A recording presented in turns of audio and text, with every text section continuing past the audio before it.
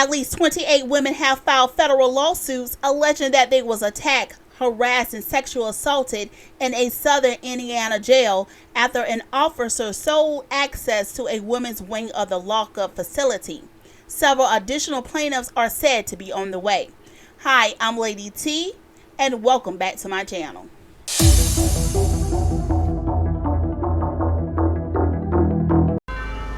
According to two attorneys we spoke to in Jeffersonville, Indiana Tuesday, the lasting trauma from an act inside the Clark County Jail last fall is significant. One cannot really imagine the terror and the damage that was done. In a federal civil lawsuit filed against the sheriff's office this week, 20 women, current and former inmates, say they were threatened, assaulted, and raped over the course of multiple hours. They claim jail staff failed to act. The one thing you should be able to rely upon when you're in jail is security. That's the one thing you have. There's no place for them to go. The allegations start with fired corrections officer David Jason Lowe. He's just 3 months away from standing trial on charges of trafficking with an inmate and aiding escape within the jail last October. Sheriff's Office Chief Deputy Scotty Maples says Lowe agreed to allow inmates access to jail keys for a promised payment of $1,000 during an overnight shift. Now the lawsuit, filed by attorneys Bart Bateau and William Perry McCall, goes a step further. In this case, the jail totally failed on all levels to protect these individuals. They claim the male inmates used the keys to break into the women's jail pods and then both physically and verbally abused them. 2 ladies were raped. The attorneys allege despite screams for help By banging on the door and surveillance cameras, the women weren't given any assistance. In all this time, no intervention from the jail.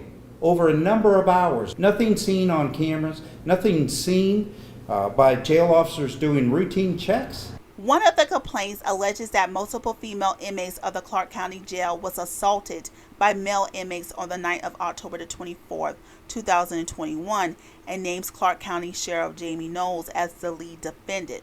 Also named is the since fired employee who allegedly provided access by a way of selling a key for $1,000. Several currently unidentified members of the Sheriff Department are also in the lawsuit's crosshairs. The males threatened, assaulted, sexually assaulted the females over a course of multiple hours. The first lawsuit filed last month on the behalf of 20 women says the male inmates gained access to the female pods through the use of a key provided by correctional officers David Lowe.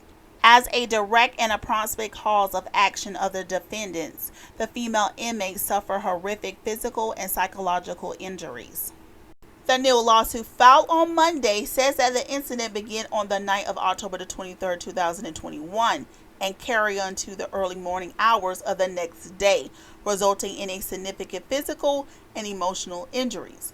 Amazingly, even though there was surveillance camera positioned in location that shows the male detainees accessing the women's pods, and even though the incident involved multiple male detainees and dozens of victims over an extended period of time, not a single jail officer on duty that night came to the plaintiffs and the other victims, the new lawsuit alleges.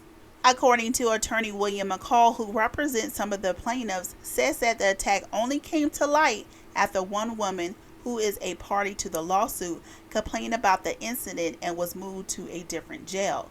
The woman became pregnant as a result of being sexually assaulted on the night of question, the attorney said, and later miscarriage after she was bonded out of custody. McCall said that most of the female inmates were left cowering under the bunks or hiding in the bathrooms on the night of the attack, but allowed that at least some other incarcerated women were willing participants who welcomed their boyfriends over to the pods. One of the women who was sexually assaulted that night, but is not a part of the lawsuit, McCall said was a virgin and a lesbian. She is currently suffering from severe mental and physical maladies as a result of the attack, the attorney said, and have declined to file a claim because she doesn't want to relive the horrific experience. The attorney went on to describe scenes in which the male inmates demanded oral sex from the female inmates.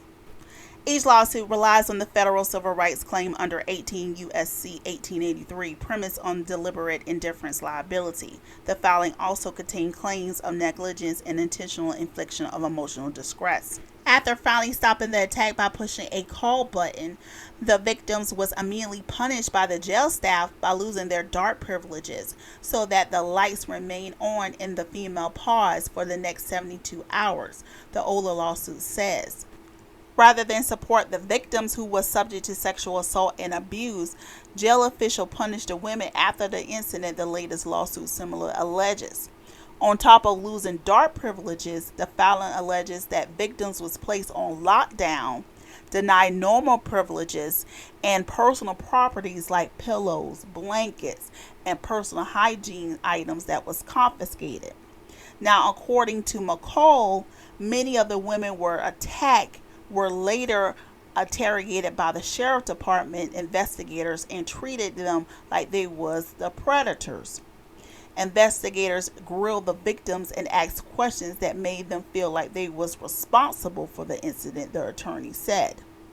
The named plaintiffs was currently stand at 20 were struck by a sheer level of fear, McCall says, and currently experience post-traumatic stress disorder-like symptoms. At least 2 of the 3 more women are currently slated to be added to the plaintiffs to the lawsuit, the attorney asserted.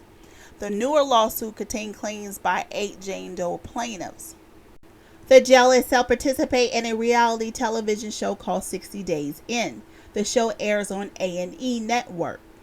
McCall said that cameras for the show was left in the jail on the day it happened, but didn't pick up despite the banging on the walls and the screens. We are hopeful that the video exists and have not been disappeared.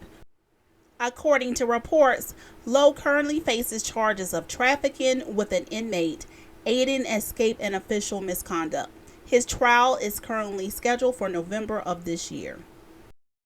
Alright guys, that's it. Hope you enjoyed the video. Let's continue the conversation down below in the comments. Make sure to like the video and hit that subscribe button and notification bell so you never miss an upload. I'm Lady T. I'll catch you the next time. Be blessed. Bye.